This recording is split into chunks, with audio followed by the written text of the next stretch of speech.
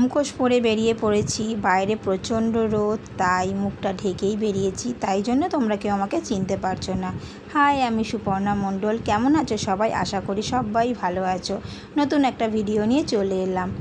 এখন যাচ্ছি, মেয়ের ভ্যাকসিন ছিল, তাই ভ্যাকসিনটা দিতে যাচ্ছি। দেখো কত আনন্দ করে তো যাচ্ছে, তারপরেই মজাটা টের পাবে। দেখো সব পুচকুরা দেখো এখানে ঘোরাঘুরি করছে। সবাই এখন ঘুরে নাও, মজা করে নাও, তারপরে যখন ঠুসটা ফোটাবে তখন তো খুব লাগবে।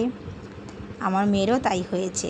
ও তো যেহেতু একটু বড় হয়ে গেছে, কোনো কান্নাকাটির সিন নেই, চুপচাপই নিয়ে নিয়েছে ভ্যাকসিনটা। তারপরে বাড়ি গিয়ে স্নান টান সেরে চলে গেছিলাম আমার জায়ের বাড়ি। জেঠি শাশুড়ি মারা গেছে, তার 1 বছরের বাৎসরিক কাজ ছিল, তাই সেখানে চলে গেছিলাম।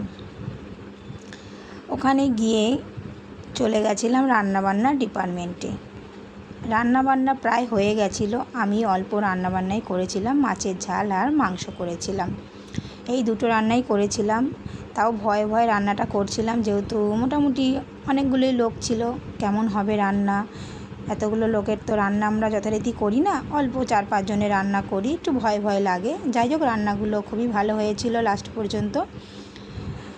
বাড়ি চলে এসেছি, এসে ড্রেস চেঞ্জ করে নিয়ে বসে পড়েছি কেক বানাতে। কেক বানাচ্ছি কার জন্য জানো? আমার কর্তামশাইয়ের জন্য। ওনার ছিল বার্থডে, তাই কেকটা আগের দিন আমি রেডি করেছিলাম। একটা চকলেট কেক বানাবো। নিজে যেহেতু কেক বানাই, তাই বাইরে থেকে তো কেক কিনে আনার কোনো প্রশ্নই ওঠে না, তাই বাড়িতেই একটা ছোট্ট করে কেক বানিয়েছিলাম। খুব ছোট না, খুব বড় না, মিডিয়াম সাইজের একটা কেক বানিয়েছিলাম। কেকটা হাফ বানিয়ে রেখে দিয়েছিলাম। সন্ধেবেলা কেকটা পুরো ডেকোরেশন করেছি। তোমরাই বলো তো আমার কেকটা কেমন হয়েছে। একটা জেল কেক কিন্তু এটা বানিয়েছি।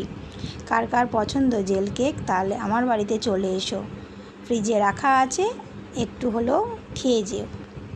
কেমন হয়েছে কমেন্ট বক্সে তাড়াতাড়ি জানাও কিন্তু। আমি আর আমার মেয়ে যেহেতু আমার বরমশাইকে কেকটা দেব, তাই এখানে হাজব্যান্ড আর ড্যাড লিখেছি। কি সুন্দর হয়েছে না? যদি ভালো লাগে লাইক